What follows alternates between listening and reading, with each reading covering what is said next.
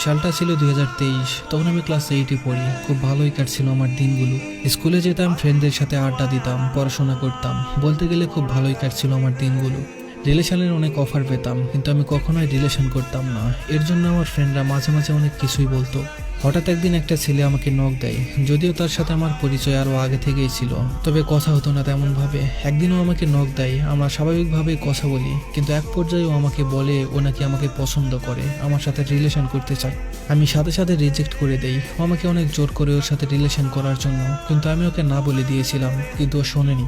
অনেক পাগলামি করতে থাকে। ওর এসব পাগলামো দেখে আমি পরে রাজি হয়ে যাই। ও আমাকে অনেক ভালোবাসতো। দিনরাত 24 ঘন্টা নখ দিত, কল দিত। তবে আমার এইগুলো অনেক বিরক্ত লাগলো। সত্যি বলতে রিলেশন আমার আর ভালো লাগতো না। তারপরেও বাধ্য হয়ে রিলেশন করতাম ওর পাগলামোর জন্য। এমনভাবে 1 সপ্তাহ যাওয়ার পর আমি ব্রেকআপ করে ফেলি। ব্রেকআপের পর আমার খারাপ না লাগলেও ও অনেক কষ্ট পেয়েছিল। ব্রেকআপের 3 মাস পর তার জন্মদিনে আমি তাকে বার্থডে উইশ করি। সে আমাকে বলে একটা জিনিস চাইবো, দিবে? বললাম যদি সাধ্য থাকে তাহলে দিব। ও বলল, প্লিজ আমার লাইফে তুমি ফিরে আসো, আমি তোমাকে ছাড়া ভালো নেই। আমি আবারও ওর সাথে রিলেশনে যাই। প্রথম প্রথম একটু বিরক্ত লাগলেও একটা সময় আমাকে ওর ভালো লেগে যায়। সত্যি বলতেও আমাকে অনেক যত্ন সহকারে ভালোবাসতো। আমার জন্য সব করতে পারতো। একদিন আমার সাথে কথা না বলতে পারলে ওর মাথা ঠিক থাকতো না। এক কথায় বলতে গেলে আমাদের রিলেশনটা খুব ভালোই কাটছিল। আমি একটা সময় ওর প্রতি দুর্বল হয়ে পড়ি। এভাবেই কাটছিল দিন। আমি ওর সাথে আম্মুর ফোন দিয়ে কথা বলতাম। একদিন ওর সাথে কথা বলতে গিয়ে ধরা পড়ে যাই। আম্মু আমাকে বলে ছেলেটাকে। প্রথমে চিনি না বললেও আম্মু একটা সময় আমার কাছ থেকে জেনেই ছাড়ে। জানার পর আম্মু আমাকে অনেক বকাবকি করে এবং আমাকে মেরেছিল। আব্বুর কাছে বলে দিয়েছিল। আব্বুও রাগ করে আমার সাথে কথা বলা বন্ধ করে দেয় আর বলে ওই ছেলের সাথে কথা বলিস না। সবাই না করার পরেও আমি ওর সাথে কথা বলতাম।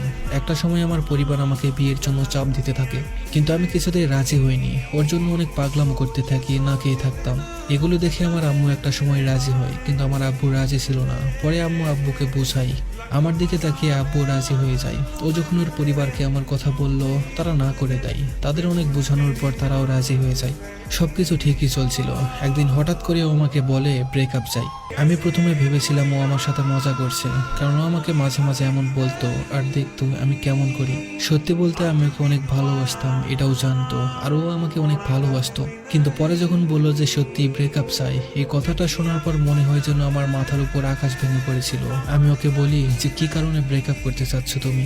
আমি ওকে অনেক জোর করেছিলাম কারণ জানার জন্য, কিন্তু আমাকে বলেনি। তারপরে আমাদের ব্রেকআপ হয়ে যায়। তবে ব্রেকআপ হলেও আমরা কেউ কাউকে ব্লক করিনি। ও অনলাইনে থাকতো, আমি দেখতাম, কিন্তু নক দিতে পারতাম না। তবে ও আমাকে মাঝে মাঝে নক দিত, খোঁজ খবর নিত। একদিন আমি ওকে অনেক জোর করে বলি, তোমার 2টা পায়ে ধরি, প্লিজ তুমি বলো আমাকে ছেড়ে কেন গেছো? আমি পারতেছি না তোমাকে ছাড়া থাকতে। অনেক রিকোয়েস্ট করার পর, জোর করার পরও আমাকে বলে ওর নাকি ক্যান্সার হয়েছে। এটা শোনার পর আমার কথা বলার মতো কোনো শক্তি ছিল না। তারপরেও বললাম আমি তবুও তোমার সাথে থাকতে চাই। কিন্তু ও আমাকে বলল আমি চাই না আমার জন্য তোমার জীবনটা নষ্ট হোক। ওর জন্য সবসময় নামাজ পড়তাম, মোনাজাতে ওর জন্য কান্না করতাম। আল্লাহর কাছে সবসময় নামাজ পড়ে দোয়া করতাম যাতে ও ভালো হয়ে যায়। এভাবেই কয়েকটা মাস কেটে যায়। ও দেশে আসে। ও বলতেই তো ভুলে গেছি, ও বাইরে থাকতো। দেশে আসার পর আমার সাথে দেখা করতে চাই। আমরা দেখা করি ফেব্রুয়ারি মাসের 8 তারিখ। ও আমাকে বলে দেখো, আমার জীবনে তুমি আসলে তোমার জীবনটা শেষ হয়ে যাবে। আমি বললাম তোমাকে ছাড়া আবার কিসের জীবন? 1 সপ্তাহ পর আবারও আমরা দেখা করি। কে জানতো সেই দেখাই হবে আমাদের শেষ দেখা। ও সেদিন আমাকে বলে আমি চলে যাব কালকে, আর কখনো দেশে আসতে পারবো কিনা জানি না। তখন আমার খুব ইচ্ছে করছিল আমি ওকে জড়িয়ে ধরে চিৎকার করে বলি আমাকে রেখে যেও না, কিন্তু আমি তা বলতে পারিনি। পরেও চলে যাই। আমি গভীর চোখে ওকে দেখতে থাকি। আমি ওকে অনেকবার বলেছিলাম প্লিজ সব ঠিক করে ফেলো, কিন্তু ও করেনি।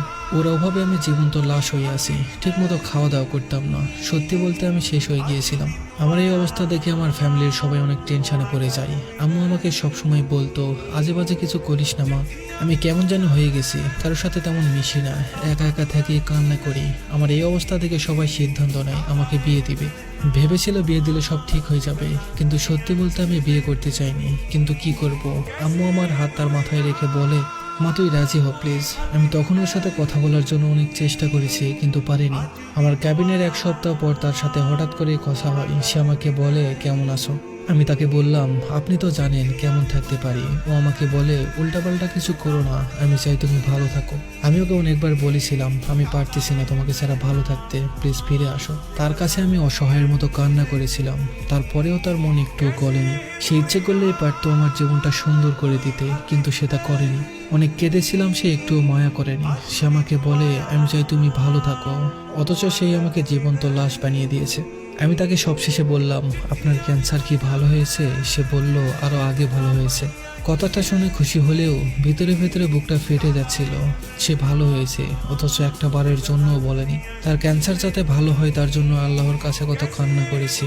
যাই হোক, ব্যাপার না, সে তো ভালো আছে, আজ তার সবকিছু ঠিকই আছে, শুধু আমি মানুষটাই নেই। আমি জানি না সত্যিই কি তার ক্যান্সার হয়েছিল নাকি এটা তার ছেড়ে যাওয়ার বাহানা ছিল।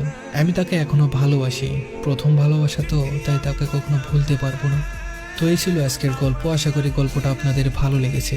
গল্পটা ভালো লাগলে অবশ্যই কমেন্ট করে জানাবেন।